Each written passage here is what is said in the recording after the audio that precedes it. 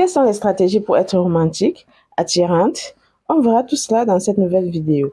Si tu n'es pas encore abonné, juste abonne-toi, like et partage, sans oublier de cliquer sur la cloche de notification pour suivre mes prochaines vidéos. Merci à toi et très bonne écoute. Être romantique ne consiste pas juste à faire des grands gestes spectaculaires. Comme dans les films, c'est avant tout une question d'attention, de constance et de connexion émotionnelle. Le but est de montrer à l'autre qu'il est unique et précieux à vos yeux. Voici alors quelques stratégies pour cultiver le romantisme au quotidien. Alors, au premier point, l'art de l'attention aux détails. Le romantisme commence par l'écoute, se remarquer les petites choses que les autres ignorent. Si votre partenaire mentionne qu'elle a une réunion importante ou qu'elle a aimé un parfum particulier en passant devant une boutique, retenez-le. Agissez sans qu'on ne vous le demande. Anticipez un besoin, par exemple, préparer un café, s'occuper d'une corvée pénible pour lui libérer du temps et de l'esprit. Vous allez lui faire un compliment spécifique au lieu d'un simple « tu es belle »,« tu es beau ». Essayez « j'adore la façon dont tu ris » quand tu es passionné par ce que tu racontes. Prochaine stratégie, la communication émotionnelle. Les mots ont un pouvoir immense pour renforcer l'intimité.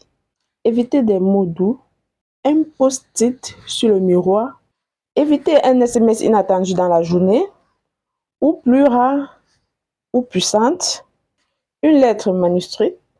Être romantique, c'est aussi ouvrir son cœur. Partagez vos rêves et vos peurs, créez un lien sacré. Pratiquez également la gratitude. Dites merci pour sa présence et pour les choses simples qu'elle fait pour vous. C'est tout simplement romantique, ça c'est une autre stratégie. Ensuite, créez du temps de qualité. Dans un monde ultra connecté, offrir son attention totale est le plus beau des cadeaux. Instaurez un moment, par exemple, 15 minutes, sans téléphone pour discuter de votre journée et de vos objectifs. Pour être romantique, tu dois t'en passer de ton téléphone, d'être sur ton téléphone au moins 15 à 30 minutes. Le temps pour toi de causer avec ton partenaire sans être interrompu par quoi que ce soit. Ça, c'est une stratégie pour lui montrer que vous êtes romantique. Sortez de la routine du ciné-resto. Essayez un cours de cuisine, une randonnée au coucher du soleil ou une soirée jeu de société.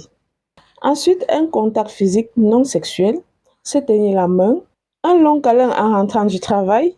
La quatrième et la dernière stratégie, la surprise et l'imprévisibilité. La routine est souvent l'ennemi du romantisme. Et l'effet de surprise rallume la flamme. Pas besoin de dépenser beaucoup.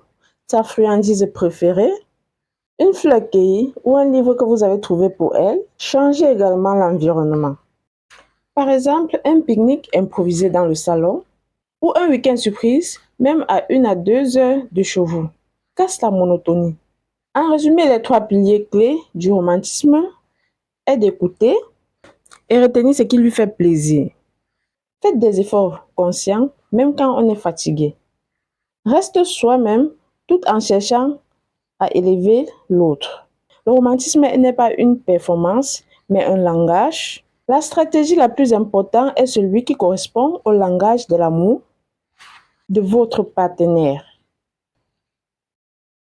Les mots valorisants, temps passé, service rendu ou contact physique. Souhaitez-vous que je vous aide à réaliser un petit message romantique personnalisé ou que je vous donne les idées complètes pour une soirée surprise? Dites-moi en commentaire et j'attends vos critiques. Ici, c'était Femme et Business. Je vous envoie plein de bisous et on se revoit à la prochaine.